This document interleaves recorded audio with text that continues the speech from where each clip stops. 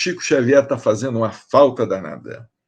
Olha, depois que Chico Xavier desencarnou, despontou tanta gente aí querendo ditar os rumos do movimento espírita, tanta gente falando abobrinhas, tanta gente.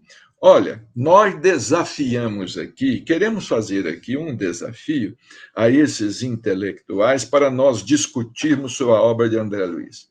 Vamos discutir sobre André Luiz. Vamos mais longe. Vamos discutir sobre Kardec. Porque falam a respeito de Kardec, diz que são puristas e tal, e coisa. Olha, não é assim. Nós chegávamos na casa de Chico Xavier, eu e a Márcia, minha esposa, nós íamos lá toda quarta-feira fazer uma visita para ele. Ficávamos só nós três na sala. 8 horas da noite. Chegávamos lá na casa, eu não gosto de falar coisa pessoal, mas aqui vocês vão me dar licença de falar. Chegávamos lá, encontrávamos o Chico sentado na mesa, nos esperando. Vocês sabem o quê? Lendo o Evangelho segundo o Espiritismo, folheando o Evangelho segundo o Espiritismo. Tinha hora que ele estava lá, com o livro dos Espíritos, dando uma olhada. Uma vez ele falou conosco assim, nossa, O Céu e o Inferno, de Kardec, é um livro tão lindo, que pena, tão pouca gente conhece, tão pouca gente lê. É um livro tão importante, O Céu e o Inferno. E realmente, são poucos os que se dizem espíritas que conhecem a codificação. E são pouquíssimos os que conhecem a obra de Chico Xavier. Porque muita gente fala assim, eu já li Nosso Lar, não serve. Esse negócio de ler Nosso Lar não serve. Eu quero saber se você estudou. Uma vez eu fui fazer uma palestra e fui falar sobre Nosso Lar, citei Nosso Lar lá, e eu citei sobre o tráfico de alimentos no mundo espiritual. Que ninguém fala nisso, né? Mas está lá no livro, ninguém fala nisso. Eu falei sobre o tráfico de alimentos no mundo espiritual, não é?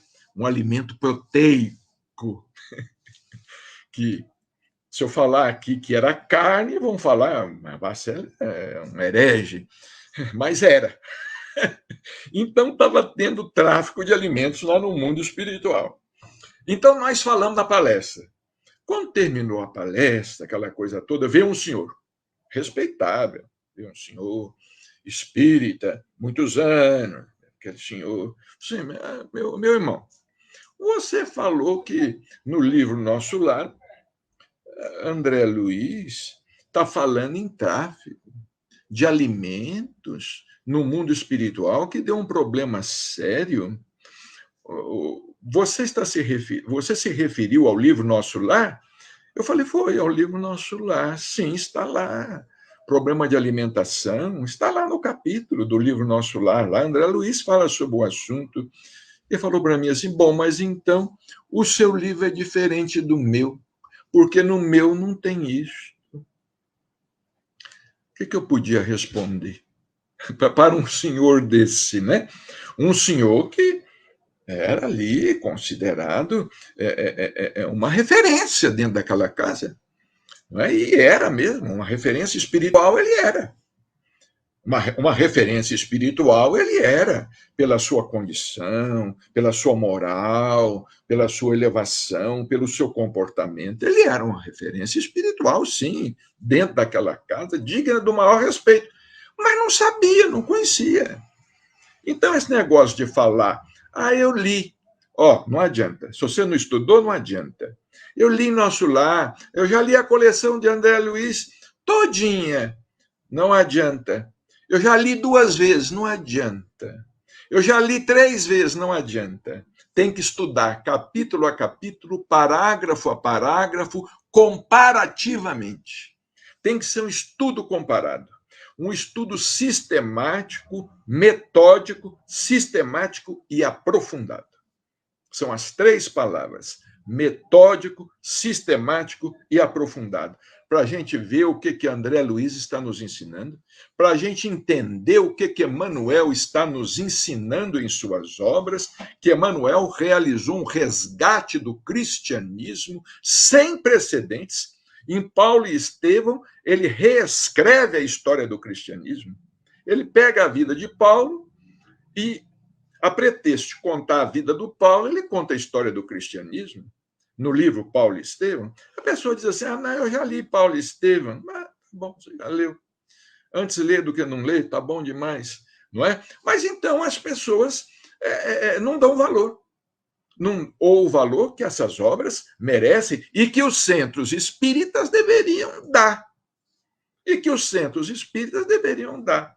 Agora, nós estamos aí com os centros espíritas, com muitos médiuns, que se dizem médiuns, e de fato devem ser médiuns, porque se dizem médiuns, os espíritos se manifestam por eles, são médiuns, mas não têm conhecimento da doutrina, não têm nenhum conhecimento, não procuram se esclarecer, procuram lá seguir os seus guias.